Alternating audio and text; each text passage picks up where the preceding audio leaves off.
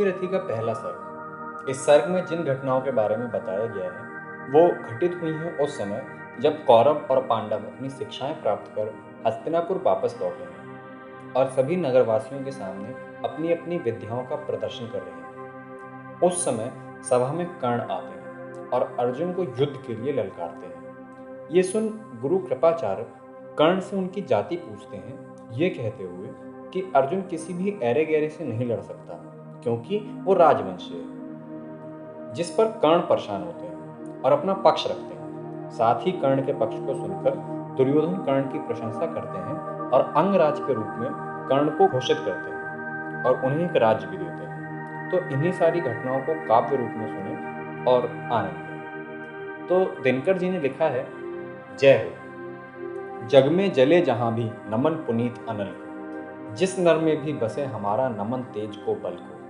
किसी व्रंत पर खिले विपिन में पर नमस्य है फूल, सुधि खोजते नहीं गुणों का आदि शक्ति का मूल। ऊंच नीच का भेद न माने वही श्रेष्ठ ज्ञानी है, दया धर्म जिसमें हो सबसे वही पूज्य प्राणी है। क्षत्रिय भई भरी हो जिसमें निर्भयता की आग, सबसे श्रेष्ठ वही ब्राह्मण है हो जिसमें तप त्याग। तेजस्वी सम्मान खोजते नहीं गोत्र बतला के, पाते हैं जग में प्रशस्ति अपना कर्तव्य दिखला के। हीन मूल की ओर देख जग गलत कहे या ठीक, वीर खींच कर ही रहते हैं इतिहासों में लेख। जिसके पिता सूर्य थे माता कुंती सती कुमारी, उसका पल्ला हुआ धार पर बहती हुई पिटारी। सूत वंश में पला चखा भी ना जननी का छीर, निकला कर्ण सभी युवकों में तब भी अद्भुत वीर। तन से समरशूर मन से भावुक स्वभाव से दानी, जाति गोत्र का नहीं शील का पौरुष का अभिमानी। ज्ञान ध्यान शस्त्रास्त्र शास्त्र का कर समक्ष अभ्यास, अपने गुणों का किया कर्ण ने आप स्वयं सुविकास। अलग नगर के कोलाहल से अलग पुरी पुरीजन से, कठिन साधना में उद्योगी लगा हुआ तन मन से। निज समाधि में निरत सदा निज कर्मठता में चूर, वन्य कुसुम सा खिला कर्ण जग की आंखों से दूर। नहीं फूलते कुसुम मात्र राजाओं के उपवन में, अमित बार खिलते वे पुर से दूर कुंज कानन। समझे कौन रहस्य प्रकृति का बड़ा अनोखा हाल, गुदड़ी में रखती चुन चुन कर बड़े कीमती लाल। जलद पलट में छिपा किंतु रवि कब तक रह सकता है, युग की अवहेलना शूरमा कब तक सह सकता है। पाकर समय एक दिन आखिर उठी जवानी जाग, फूट पड़ी सबके समक्ष पौरुष की पहली आग। रंग भूमि में अर्जुन था जब समा अनोखा बांधे, बड़ा भीड़ भीतर से सहसा कर्ण सरासन साधे। कहता हुआ तालियों से क्या रहा गर्भ में फूल, अर्जुन तेरा सुयस अभी क्षण में होता है धूल।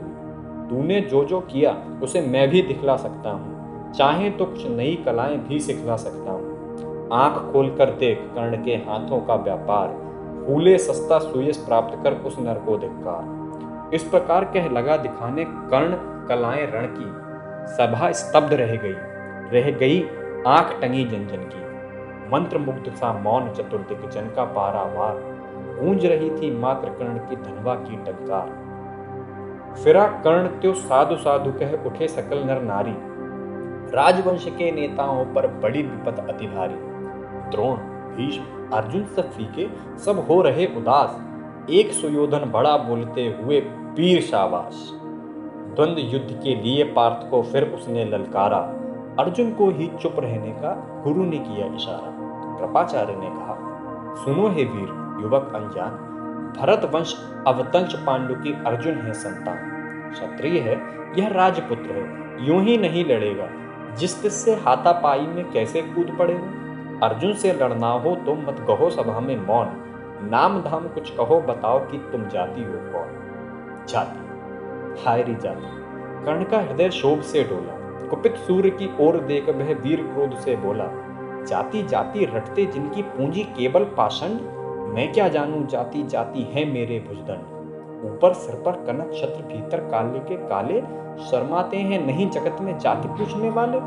सूत पुत्र हूं मैं लेकिन थे पिता पार्थ के कौन, साहस हो तो कहो ग्लानि से रह जाओ मत मौन। मस्तक ऊंचा किए जाति का नाम लिए चलते हो, पर अधर्म में शोषण के बल से सुख में पलते हो। अधम जातियों से थरथर कांपते तुम्हारे प्राण, छल से मांग लिए करते हो अंगूठे का दान। पूछो मेरी जाति, शक्ति हो तो मेरे भुजबल से, रवि समान दीप्ति ललाट से, कवच कुंडल से। पढ़ो उसे जो झलक रहा है मुझ में तेज प्रकाश, मेरे रोम रोम में अंकित है मेरा इतिहास। अर्जुन बड़ा वीर क्षत्रिय है, तो आगे वह आवे, क्षत्रित्व का तेज जरा मुझको भी तो दिखलावे।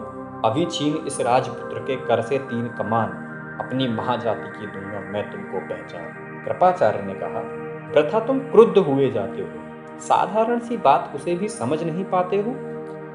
राजपुत्र से लड़े बिना होता हो अगर अकाज, अर्जित करना तुम्हें चाहिए पहले कोई राज। कर्ण हतप्रभ हुआ तनिक, मन ही मन कुछ भरमाया, सह न सका अन्याय, सुयोधन आगे बढ़कर आया।